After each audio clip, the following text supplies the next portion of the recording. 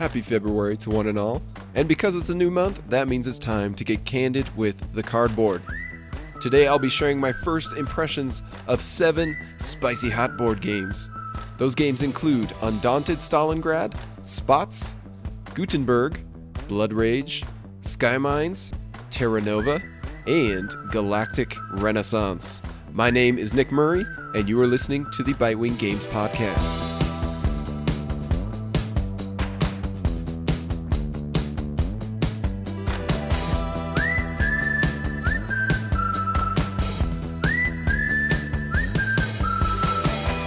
So we're going to start things off with Undaunted Stalingrad, which I have 4 plays of at 2 players because it's a 2-player game. I've been enjoying the Undaunted series for years now. Ever since Undaunted Normandy first hit our table in 2020, this streamlined war game has been a regular 2-player event for us. Thanks to a solid foundation of interactive deck building, impactful initiative tussling, tight hand management, tense combat, and endless scenarios, we are now up to 24 plays across multiple boxes of the system. Part of the reason I keep coming back for more is that each new box in this series has had the guts to innovate and experiment upon the core system. Rather than simply provide more scenarios, Undaunted North Africa, the second game, brought vehicles to the fight. Undaunted Reinforcements featured solo and 4-player options. And now, Undaunted Stalingrad implements an ambitious, interconnected, legacy-like campaign. Where every version of Undaunted before now was made up of a collection of standalone skirmishes, Stalingrad weaves each battle session into a larger war. The outcome of one battle branches into the next scenario. The casualties suffered in one day are permanently felt throughout the rest of the campaign. The experience gained in one fight results in stronger and more valuable soldiers. The buildings destroyed remain as rubble on the map, and your hardened platoon acquires fresh recruits, specialized units, and shiny new toys to take on the enemy. The stakes feel higher than ever in Undaunted Stalingrad thanks to these permanent campaign effects. Suddenly, withdrawing from a grim battle can sometimes feel like the best play when the alternative is costly casualties and a slim chance of victory. You become even more attached to individual soldiers in your platoon as they develop new abilities or suffer tragic deaths. Your deck morphs and evolves over time as fallen elite soldiers are replaced with weaker reserves, while surviving veterans hone their skills. In other words, the tension of each decision and each attack is ratcheted up by a lot. And Undaunted was already a deliciously stressful experience. Thus far, our experience with the scenarios has likewise been thrilling. Often, the victory of one side leads to their reckoning in the next. You've seized control of this region from us? Fine, go ahead and camp out then. Meanwhile, allow me to introduce you to my sniper squad who is looking for some good target practice. Aside from the better-than-ever tension and narrative, Stalingrad is surprisingly the easiest version of Undaunted to set up. That is largely thanks to the brilliantly organized components, where the map tiles are arranged in numerical order like a filing cabinet, and the scenario maps are always laid out very simply. Perhaps it's a minor improvement in the grand scheme of things, but after 20 plays of other Undaunted games, it now feels amazingly convenient to flip through the tiles in the organizer, grab a handful right next to each other, and instantly spread them out in a row. Cleanup is equally as simple. Your tokens and cards are likewise thoughtfully organized within their own inserts that keep the game tidy and the management effortless from one play to the next. Where many legacy-style games begin to buckle under the weight of their increasing component fiddliness, Stalingrad never becomes such a burden. What we're left with then is a version of Undaunted that improves upon the core system in basically every way. Designers David Thompson and Trevor Benjamin, as well as publisher Osprey Games, have refined their craft and unleashed their ambition to the point that Stalingrad fully merits every inch of its larger box size and every penny of its higher price point. This is unquestionably a definitive World War II game and arguably one of the greatest 2-player tabletop experiences ever crafted. That's why Undaunted Stalingrad gets an excellent prognosis from me as well as the Game of the Year for 2022. If you haven't checked out that episode, Top 15 Games of 2022, you should because there are 14 other great games that I highly recommend as well. Moving on, let's talk about Spots, which I have 2 plays of at 2 players. It feels like I've been playing loads of push your luck dice games in the past year or so. That's mostly thanks to my lack of restraint in hunting down hidden gems in Reiner Knizia's catalog. And so I've now seen and enjoyed roughly 10 of his designs that focus heavily on dice rolling, with most of those also emphasizing push your luck. Now, that doesn't mean much other than the fact that I've noticeably developed tastes and preferences when it comes to what I do and don't like in dice games. It has become obvious that I derive the most delight out of chucking dice when player interaction, luck-infused drama, and ego-driven risks are at the core of the game. If you are going to let Lady Luck hold sway over the outcome of the competition, you might as well throw her a proper party. And the best parties are the ones that don't overstay their welcome and leave you hungry for more. So I also prefer dice chuckers that keep things short and sweet. The two notable titles that have surfed the wave of my curling preferences better than any others have been Gang of Dice and Rapido, also known as Escape. These games don't try to stuff their designs with superfluous phases, cards, abilities, or mechanisms in a vain attempt to appear more strategic or deterministic than they really are. They simply embrace the chaos of randomness in the most enjoyable way possible, by letting the players set themselves up to fail in glorious fashion. All this is to say that I've entered the experience of spots with a lot of baggage. My shelves are overly saturated with great dice games, and there are even some of those that I've considered parting with. Where most homes would receive the game of spots like an eager family would welcome an adorable new puppy, this particular copy of spots had the misfortune of entering a den of wolves. Don't get me wrong, I tried to make my wolves' den as warm and welcoming as possible. I know a lot of folks out there are finding much to love in the game of spots, and I was excited to discover it myself. The endearing Dalmatian art from John Bond, delightfully named dogs, and charming components also go a long way to disarm any Cruella de Vil's at the table. The gameplay itself also features some interesting twists. Players are trying to give their dog cards spots by placing dice values onto matching spaces. Each turn you'll roll some dice, hope to get the right numbers, and bury any dice that you can't place onto your dog cards. Bury too much in your yard, and you'll end up busting, losing all of the progress that you've made on earning your spots. That's why it's important to decide when to spend your entire turn locking in any complete cards before those dice are potentially lost. You'll be able to earn and spend dog treats to re-roll dice before assigning them to dog cards or your yard, so it obviously helps to have those on hand before a high-risk roll. And the competition itself is a race to complete 6 dog cards before your opponents, so action efficiency is a major part of the game, particularly when you can risk it for the doggy biscuit by filling in all of your dice spaces and earning an automatic lock-in, saving yourself an entire turn. But the real star of the show is the action drafting that takes place in the form of dog tricks like run, play dead, fetch, rollover, and more. Each trick is an action tile. The game comes with many, but you'll only have up to 6 available to choose from that you select, flip face down, and follow the directions on. These tricks allow you to do things like earn more dog cards, dig up and re-roll your yard dice, roll new dice in diverse ways, or earn more doggy treats. This is notably the most interactive part of the game, in that players cannot choose the same trick until all of them reset. Where some tricks force you to roll more dice than others, they can do a lot of damage when a player has very few dog spaces to fill and a yard that is approaching the bust threshold. So sometimes it helps to see what other players need and then decide which trick to temporarily deny them. The trick tiles present a wide swath of setup variety for each game, where you'll learn and adapt your strategy for how and when to use them.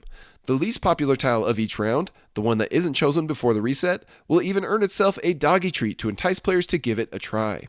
There is a smart and well-designed system at play here that is bound to bring joy to gamers like a dog to its owner. As expected, designer John Perry and the team at CMYK, the publisher of Wavelength and Monikers, know how to make a good game. While there's a playground of tricks and dynamics to explore here, I personally find that Spots never quite reaches the level of interaction, drama, or risks that I've come to expect from my favorite dice games. It trades spicy drama for chill dice chucking, sharp simplicity for wordy abilities, and potent interaction for puzzly variety. Much like a real pet, it demands a lot of work from its owners by asking them to read, internalize, and utilize its wonky trick tiles. Now, I've always been the type who would rather enjoy a brief moment with a cute animal rather than be its long-term owner and caretaker. And that same feeling carries over into Spots. I give a fair prognosis to Spots. Next up, we're going to briefly talk about Gutenberg, which I have one play of at 4 players. Gutenberg is fundamentally a recipe fulfillment, track advancement game. You know the kind. Gather A, B, and C resources while advancing up E, F, and G tracks to fulfill this contract and earn X, Y, and Z points and bonuses. Only here, you are literally gathering A's and I's and O's and U's, not because the designer ran out of more creative ideas for thematic ingredients, but because this game is all about being a 15th century cutting-edge printing shop akin to the work of Johannes Gutenberg, inventor of letterpress printing. On paper, this combination of mechanisms is typically one that doesn't get me all that excited about board games. Fortunately, Gutenberg does a lot of things really well to the point that even a stingy gamer like myself can appreciate its experience. The first and most obvious thing it does well is simply the all-around great production. The game comes with tuck boxes to help organize components between plays. The player boards feature pegs for spinning cogs and recessed spaces for advancing cubes and discs. And the wooden letter block types are just plain classy. But I'd rather have a great game with a subpar production than a great production with a subpar game. So, how is the gameplay in Gutenberg? If I had to select letter types to spell it out, I would choose A-OK. Too bad the game doesn't come with any Ks. In other words, it's a good game. Each round starts with players lurking behind their screens, meticulously arranging their black cubes along their personal, recessed tracks. This part might just be my favorite aspect of Gutenberg. What you are doing is secretly selecting which actions you want to take, not unlike the classic race or roll for the galaxy, before revealing your choices. Only the difference here is that you aren't triggering an action for everyone. Rather, you are bidding to determine who gets to do each action first, if at all. If I dump a whopping 4 or 5 or 6 cubes into the ink track, that means I desperately want first dibs on the ink drafting options. If I don't place any cubes into my take orders row, then I won't be able to participate at all in that phase of the round. It's possible for multiple players to bid the same amount of cubes on the same action. In that case, clockwise turn order trumps all, because later players also have the advantage of more cubes to bid with. These actions you are bidding for are essentially 5 different flavors of drafting or worker placement. But the tempting options on the game board are diverse enough that you'll often regret how you arrange your cubes when opponents snatch up the only cards or tokens that you cared about. You'll be gunning for orders to fulfill, inks to claim, specialties to develop, meaning track advancement, gears to claim, basically engine building powers, and patronage rewards, bonuses, and objectives. From there, you'll need to go with the flow and crank out as many orders as possible to come out on top. Thanks to a great production and neat bidding system, our Eurogame group all enjoyed it enough that it's bound to make a return at the table before too long. Good job, Mr. Gutenberg. I give a good prognosis to Gutenberg. Moving on, let's talk about Blood Rage, which I have one play of at 5 players. I finally got the chance to try the legendary Blood Rage, but came away with more mixed feelings than expected. Where this popular game has been around for 8 years, I knew a fair amount about it without having ever played. I knew that it was a game of card drafting and area control. I'd also heard much talk of a Loki strategy, something about winning the game by losing battles. And it obviously kicked off the epic Eric Lang and Simon trilogy of plastic-filled Troops on a Map games. As a gamer who is 8 years late to the Blood Rage party, it's interesting to officially meet this design and encounter a feeling of familiarity. Within the card battling and bluffing, as well as the upgradable player boards, I spot glimpses of Ankh. Across the spread of minis and monsters, I see shades of Kemet. From the card drafting and hand management, I'm reminded of Inish. These are all happy memories, recollections of things I enjoy and love. The problem is that these feelings mostly make me wish I was playing those games instead.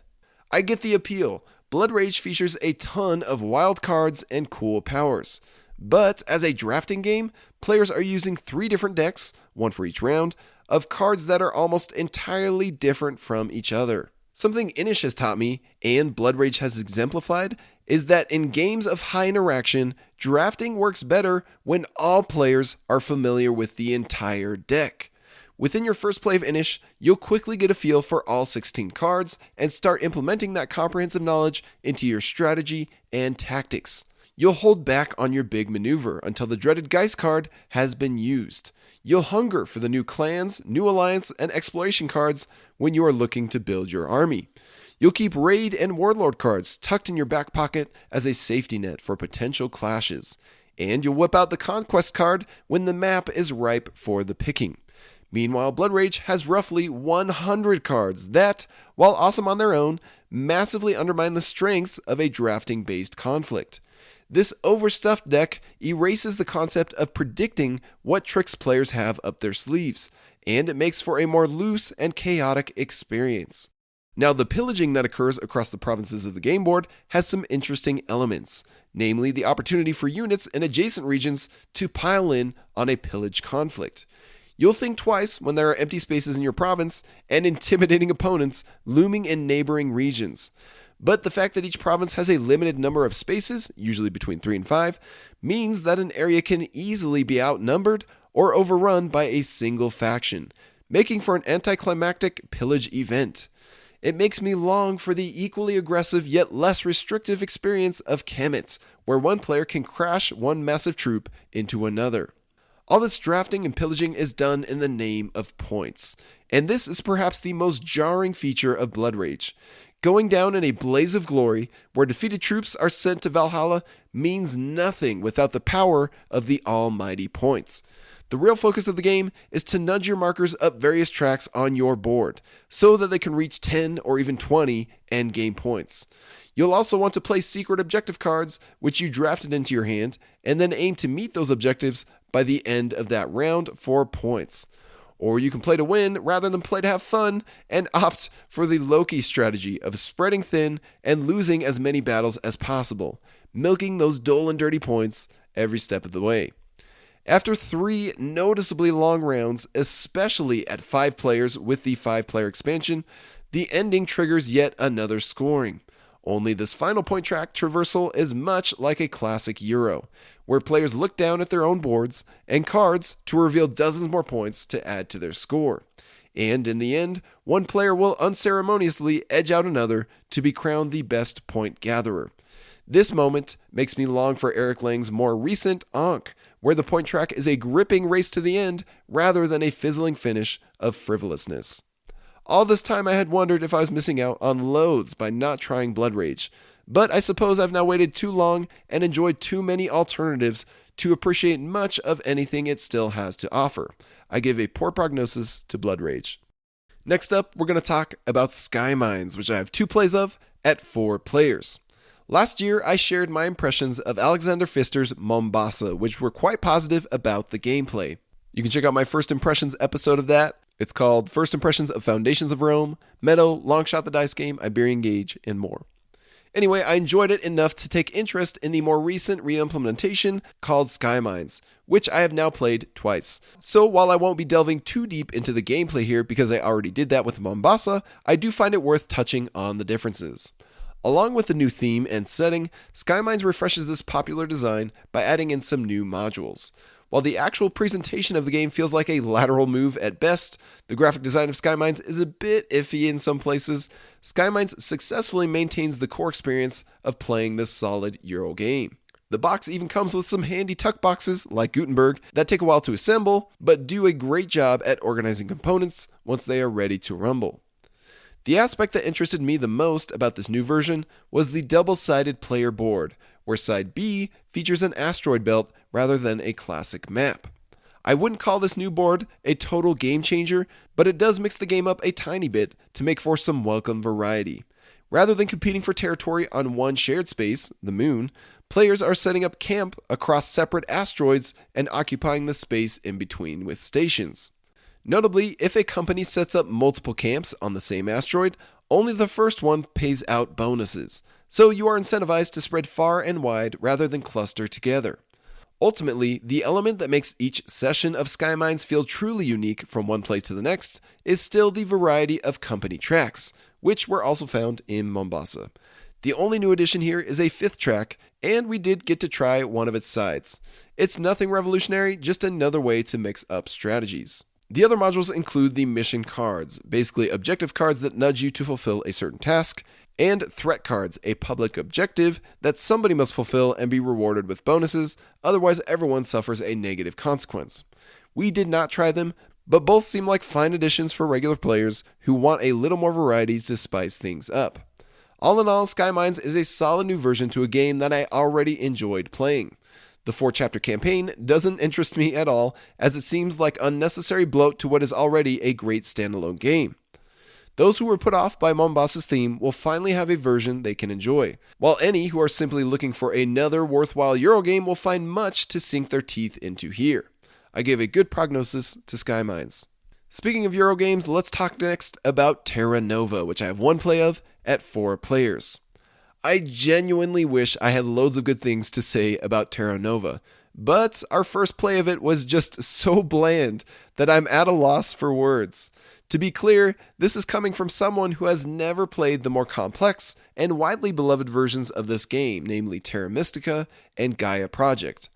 I think I understand what Terra Nova was trying to do, take a popular, heavyweight classic and streamline it down to a more approachable gateway Euro. But it has the feeling of being a design that completely thrived on puzzly complex systems. Take those out, and there's not much left to engage the mind or ignite the imagination. In Terra Nova, you're simply spending your money on terraforming a space, so you then have the ability to build on that space, which now matches your faction's color. Then you're spending more money to actually build the building, which will, in turn, increase your money. That increased money can then be spent to build more buildings, or upgrade your existing buildings into bigger buildings, which will cover one money-producing space and uncover another, slightly better, money-producing space. The only thing that mixes up this hellish cycle of money and buildings is the scoring objective track, which merely nudges you to do it all in a certain order. And I suppose there are the asymmetric factions, which further tweak your ability to make money, build buildings, and score points. The shared game board and power cycling also prove to be letdowns for me. Opponents can kinda sorta block you from stretching your buildings in certain directions, but that seemed like a minor inconvenience at best. Meanwhile, the cycling power merely ends up being another form of money that effectively does all of the same things as money, but in a slightly more cost-efficient manner. Now, I suppose the real-world argument could be made that power is money and money is power. So that's thematic, I guess. But to me, this secondary resource is as shallowly unique as if Sasquatch bleached his hair to disguise himself as a Yeti. At the end of it all, the only feeling that Terra Nova has elicited from me is that of melancholy. True, there may be 9 other asymmetric factions I've yet to try, but a different bottle of food coloring isn't going to do anything for this bowl of flavorless rice. I give a poor prognosis to Terra Nova. Finally, we're going to end things in this episode by talking about Galactic Renaissance, which I have 2 plays of at 2 and 3 players. And please note, a preview copy of this game was provided to me by the publisher. Publisher Matago pulled a fast one on us last year when they announced that Inish would effectively make a departure from its beloved area control trilogy, Kemet, Cyclades, and Inish, to form a new political trilogy made up of Inish, Galactic Renaissance, and blank. We don't know what the third one is yet. All from designer Christian Martinez. In reality, nothing was stolen from our beloved Inish or its original trilogy. Rather, this is merely a way of marketing the fact that we're getting 2 more Inish-like games. As a longtime fan of Inish, I have at least a dozen plays, and it has been in my top 15 favorite games ever since my first play of it. I was delighted to hear this announcement. So, is Galactic Renaissance merely Inish in space? Is it a retheme, a reskin?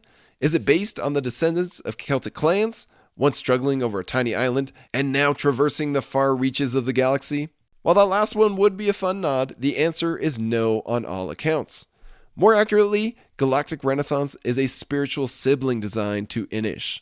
Much of the design ethos, the mechanical DNA, the ambition and vision is recognizable here.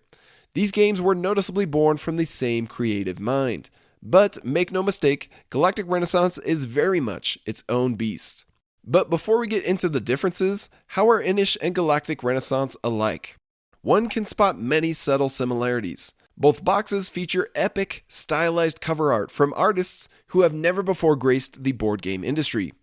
The region tiles display diverse landscapes connected together like puzzle pieces, and feature unique abilities for those who control them. The cards are likewise lush with vivid scenes and characters displayed across large tarot-sized decks. Speaking of the cards, you'll notice that both games contain cards with text-heavy abilities and actions. If a card displays two options, you can only ever pick one to resolve when it is played. Most actions are played during your turn, but some of them are only playable during a certain event like a conflict. Indeed, both games feature political conflicts that are less about unleashing a fury of swipes or a volley of projectiles. As we all know, those are board gaming's favorite style of contention. Meanwhile, these conflicts are more about restoring balance to the region through self-selected attrition or retreat. On a larger scale than components or mechanisms, Inis and Galactic Renaissance are alike in how they start small and expand outward, how they begin loose and grow tighter in the competition, and how they see players slithering their way into various victory conditions. In Galactic Renaissance, players start on their home world, which is connected to the hub planet via a portal. Portals indicate adjacency in terms of moving your figures. Over time, players will explore and expand across new planets, adding these tiles to the table and positioning their emissaries and institutes on them. Making allies of other planets will add their exclusive ability tiles to your personal tableau. Your selection of cards and actions will similarly expand outward over time as you add special cards to your deck. All of these are essential features in securing a victory against rival planets. One of the most notable differences between Inis and Galactic Renaissance is how you win the game. In Inis, players are struggling to achieve one of three unchanging victory conditions, namely spread out across 6 different regions, gain majority over 6 different figures, or be present at 6 different sanctuaries. Any player who meets at least one of those conditions may claim a pretender token, and if multiple players qualify for victory, then whoever meets more conditions wins, or ties go in favor of the Bren, the capital's clan leader.